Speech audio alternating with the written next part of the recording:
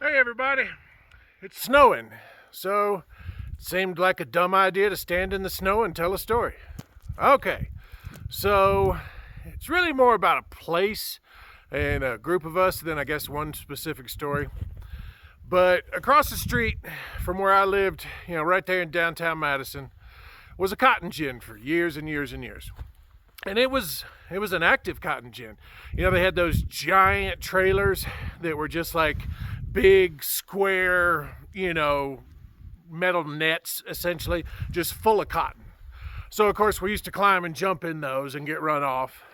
And some fool set one on fire at some point, and that was close to kind of the end of us being teenagers, I think. But they of course ruined that for anybody else.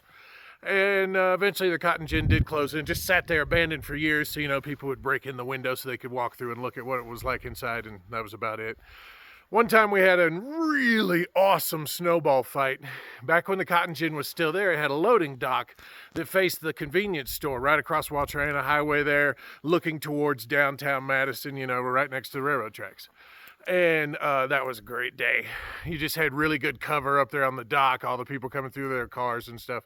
We just had a ball. And I mean, we had so much fun around that cotton gin over the years. There was an abandoned house behind the cotton gin. It was just one back there, and it was an old block home, but the blocks were skinny. It turned out it was only about this thick. They weren't like full-size width cinder blocks. They were skinny. But the place had no windows. I don't think it had any doors left. There's probably a couple holes in the roof. That's from my earliest memory of it. So it had been abandoned for a long time. But we hung out in there. We played. We had a rock fight there one time where people were up on the railroad tracks and people were down in the house and having a rock fight back and forth. Which it worked out, but honestly, the people on the railroad tracks essentially had an unlimited supply of rocks. And so we had to just throw the rocks they were getting. And there was this one slit in a window. I mean, the window couldn't have been more than a normal width window. It wasn't even probably as wide as those. And then only the top of it had any lighter air coming in because it had been boarded up. And that was like in this living room area that you could run through like this. Here's the window, and up here is the railroad tracks, people throwing rocks down. And I was running through there. I have no idea why. I have no idea why I was participating in a rock fight. It's a really stupid thing to do. And somebody up on the railroad tracks zinged a perfect beeline right through that window, caught me right in the shoulder there. Man, I howled. Oh, you probably could hear me in the neighborhood past the railroad tracks. Oh, that shit hurt. That was the end of the rock fight. That was my last rock fight, too. And but we had so much stuff happen there. And you would think that having a rock fight and getting hit by a rock and then going, oh, that hurt, would be the dumbest thing I ever did there. It wasn't. And I don't even remember who it was. Probably just me and one of the guys from the very immediate neighborhood. One night we decided we were going to have ourselves a little fire inside the house. There's no windows, there's no doors, and there's holes in the roof, so ventilation wasn't really an issue. So we started a fire. And then, because we started a fire behind the cotton gin, basically almost in a direct line to the police station, you could probably see the flames.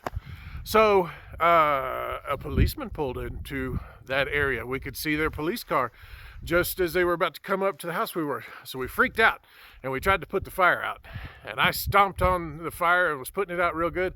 And then I stomped on a particularly bigger part of the fire, I guess, which was hiding a 2x4 with a nice nail sticking up out of it. I slammed my foot down on that board and it went all the way through my foot. And of course the board was like, here's my shoe, and now I have a 2x4 that's on fire, stuck to the bottom of my shoe. I'm hopping around on one foot screaming because my fucking foot is on fire, but from the inside, just the nail. And the police are coming. So we get the F out of there. And we had our bicycles nearby. And I remember that as being one of the most difficult bicycle rides I ever had in my life. But we got away. We always got away from the Madison cops. I don't think they were really trying very hard. And I remember one time a buddy of mine was running away from the Madison police holding a whole case of beer. And he's like one of those chickens. Like the bottom of his body, his legs were churning. He was jumping over stuff and everything. But the top of his body's just perfect. Like he's not even shaking up the beer, Anyway, so I have to go down to Doc Johnson the next morning because I don't tell Mom about it until the next morning. And he takes this special tool he has. And it turns out to be basically a 3-blade drill, but it's a hand drill thing. He stuck it in the bottom of my foot and went whoop, and just made it squirrel all the way up through the top and pushed all because there was like, chunks of rust and stuff from that nail and char bits and stuff. It was an ugly little wound, but it healed, it was fine. And then finally, one time, I don't even think we were going to the house. We just walked in that side of the tracks a lot, and we were going back to where there was still some woods there or something like that. And there was a condemned notice put on the little house. And I think it was in response after we had the fire. I think it was pretty timely after that. But there was this notice that the city was going to demolish this old house, which they should, because there were a bunch of stupid kids doing stupid ass shit in that house all the damn time. Fires, rock fights, just, breaking bottles, just being dumbasses. So anyway, we happened to see it, and it was a few days before they were going to demolish it. And, well, it was our house. It was our mess. So we cleaned it up. Me and a couple of boys you probably saw me running with when I was a kid, including one really tall guy.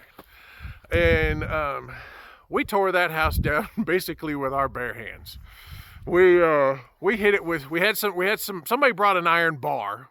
So we had this nice, like 8-foot long, good, sturdy iron bar. And folks were beating that. And I'm going to tell on at least one person. I'm going to tell on Richard Leathers. Because Richard had that iron bar. And I think he'd been working on the chimney for a little while. And we had like half of the roof down. A couple of the guys were jumping on the roof, making it fall flat, And, but Richard was over there, Paul Bunyan hitting that damn chimney. Crank, knocking blocks off of it and stuff. And then eventually he stopped and he looked up and it started falling right at him. So Richard turned and he ran in a straight line from the chimney across the broken rubble of this home that we had destroyed by jumping on it, punching it. Oh, and I'm telling on one other person. Paul tried to do a karate kick through that wall. And remember I told you the cinder blocks were about this wide. So he did a flying jump kick to go into the wall, and he did it. His foot went right through the wall and knocked a block out, just one block, knocked it out. And he was a skinny kid, so that was all he needed. His leg fit through, and then his other leg wouldn't reach the ground, so he was stuck there. So I was kind of laughing at him for a minute. I had to come over and help him, and we basically just pushed the rest of the wall over on him, and he did one of these numbers, and it was pretty cool. But so anyway, that happened about 5-10 minutes before Richard's going after the chimney, because the chimney's the only thing holding up one whole last section of the tin roof on this thing. The rest of it we've got down. There's a couple of there's a bit of a wall here and there that are left, but we're pretty much done. And Richard's banging this chimney. It starts falling at him. He runs in a straight line away from the chimney. Now, if he'd gone, the chimney stays falling north and south, and he's running north instead of running, east or west. So he runs, and then he stops, and he turns around, and that freaking chimney fell within a foot of his feet. I mean, he just somehow in his head knew exactly the minimum distance he had to run to keep from that chimney falling on him. And he did the same thing that I was talking about with the guy with the cases of beer. He just was like smooth as butter, running across all that rubble and stuff. He didn't twist an ankle. He didn't stumble. He was just like, whoo, whoo, just full speed, and then stopped. And the chimney fell right at his feet, like some sort of, congratulations, you've done it. And then we weren't there much longer than that. We had finished tearing it down, and true to their notice, a few days later, I guess the city came through and, scooped up all the remnants of that old house, and it was gone. But it was a cool place you know, right next to where we grew up, and when we played a whole lot there. And it's pretty funny how just an old abandoned house can be, you know, exactly what a bunch of country boys need to occupy their time. And, you know, maybe get close to serious injury more than once. You have a good one.